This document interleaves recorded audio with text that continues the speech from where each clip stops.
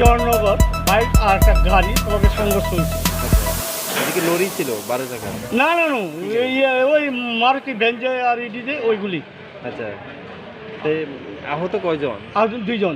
আপনারা আপনার রিকভারি করে কোন জায়গা থেকে আনছেন? এটা জওয়াননগর থেকে আনছি। আচ্ছা, নাম আছে কি? একজন হচ্ছে দীপক দাস আর একজন নীলমণি দেববর্মা। দিনমণি দেব। দিনু দেববর্মা।